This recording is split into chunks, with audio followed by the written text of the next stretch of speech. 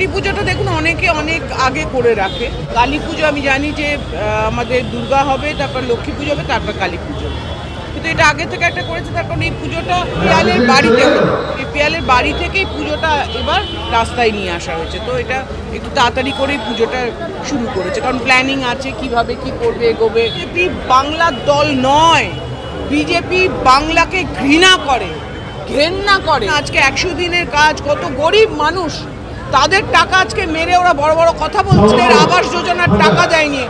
অভিষেক বন্দ্যোপাধ্যায় আমাদের নেতা, ওর নেতৃত্বে আমরা দিল্লিতে গেছি, কিভাবে মারধর করেছে মহিলাদের, পুরুষ পুলিশ মিলে মেরে তাদেরকে টেনে হিঁচে চুলের মুঠি ধরে বার করে দিয়েছে।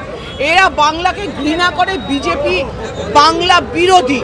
তা আমাদের বলছে বাংলা কোনো ভাষাই হয় না, বলছে বাঙালি ইজ নট আ ল্যাঙ্গুয়েজ। মাকে বলবো, মা অশুভ শক্তি যা আছে আনাচে কানাচে খুঁজে বার করে দূর করে দাও বাংলা থেকে, এইটুকুই মায়ের কাছে প্রার্থনা। এগুলো অশুভ শক্তি যেগুলো এইসব ধরনের কথাবার্তা বলে বেড়াচ্ছে, এই অশুভ শক্তিকে ধুইয়ে দাও, ধুয়ে বাংলার বাইরে করে দাও। কারণ আমরা বাংলাভাষী, আমরা বাংলায় কথা বলি, আমরা তো ভারতবাসী নই। দুর্গাপুজো এখনো শুরু করতে পারলাম না, কালী পুজোর খুঁটি পুজো খুবই আমার শুভেচ্ছা রইল। পুজো তো আমি নিজে ব্যক্তিগতভাবে ভালোবাসি। দুর্গাপুজো যাবে, তারপর কালী পুজো হবে।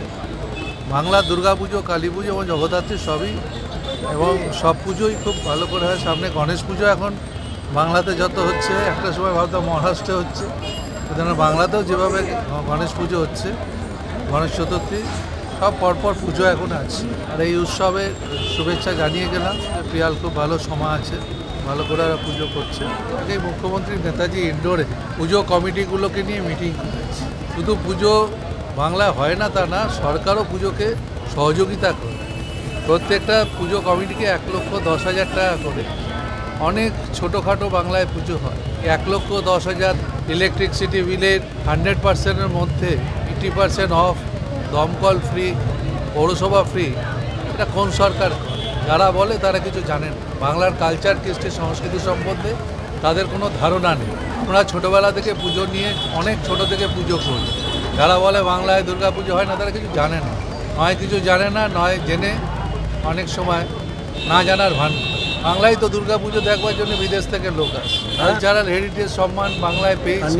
কার্নিভাল এত বড় হয়, পুজোর পরও একটা তো বড় কার্নিভাল আমাদের মুখ্যমন্ত্রীর তার উদ্যোগে হয়।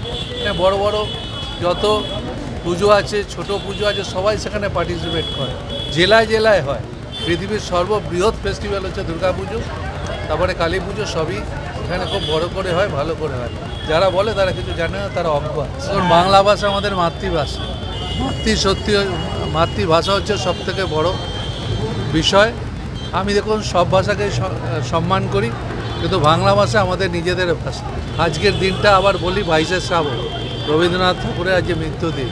আজকের দিনটা আমাদের কাছে খুবই সম্মানের, তার কারণ রবীন্দ্রনাথ ঠাকুর তিনি জন্মেছিলেন এখানে, তিনি মৃত্যু হয়েছিল এখানে জোড়াসাঁকোর।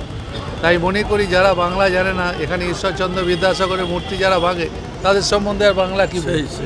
তা যারা ঈশ্বরচন্দ্র বিদ্যাসাগর জানে না, যারা রবীন্দ্রনাথ ঠাকুর জানে, যারা নজরুল জানেন না, তাদের সম্বন্ধে আমার মনে হয় কিছু বলাই আমার অনুচিত। বাংলা ভাষা আমাদের মাতৃভাষা, এটাকে আমরা গর্বের সাথে বলি এবং বলতে ভালোবাসি। দুর্গা পূজা, কালী পূজা, আরও যে বিভিন্ন পূজাগুলো এখানে হয়, মসজিদ নিশ্চয়ই কালী পুজোর জন্য বিখ্যাত। অনেক দিন ধরে মনে ইচ্ছে ছিল এটা পুজো ভালো করে করব, কিন্তু এখানে সবার আমাদের যেটা ক্লাব আছে, সে ক্লাব ঠিক করলো যে এখানে একটা কালী পুজো আমরা করব। আমি যদি অনুমতি দিই, দেখলাম যে সবার সাহায্য যদি পাওয়া যায়, আমি এটা কালী পুজো আমরা কেনই বা করতে পারবো না। আমরা সূচনা করলাম। আশা করি সবার যারা আছেন, অর্থটাই কিন্তু সবসময় বড় কথা নয়। অর্থ কিন্তু মন থেকে চাইলে, খাটলে জোগাড় করা যায়। মন থেকে পুজোটা ভালো করে করতে হবে। পুজো আমিও ভালোবাসি, ছোট বড়টা পরের কথা। আর এই পুজোর মাধ্যমে আমার স্ট্রিটের আবার নাম আসুক, হচ্ছে আমাদের মুখ্য উদ্দেশ্য। পুজোকে ঘিরে যে উদ্দীপনা বা এই পুজোকে ঘিরে যে মানুষরা আনন্দিত হবে, এটাই হচ্ছে আমার মুখ্য উদ্দেশ্য। আর মায়ের পুজো যেদিন হবে, সেদিন যেন কোনো ত্রুটি না থাকে। যারা পুজো করছি আমরা, ওই সময়টুকু, যে সময় মায়ের ঘরটা বাঁধা হবে, পুষ্পাঞ্জলি দেওয়া অবধি যেন কোনো রকম ত্রুটি না থাকে, এটাই আমার মূল কারণ।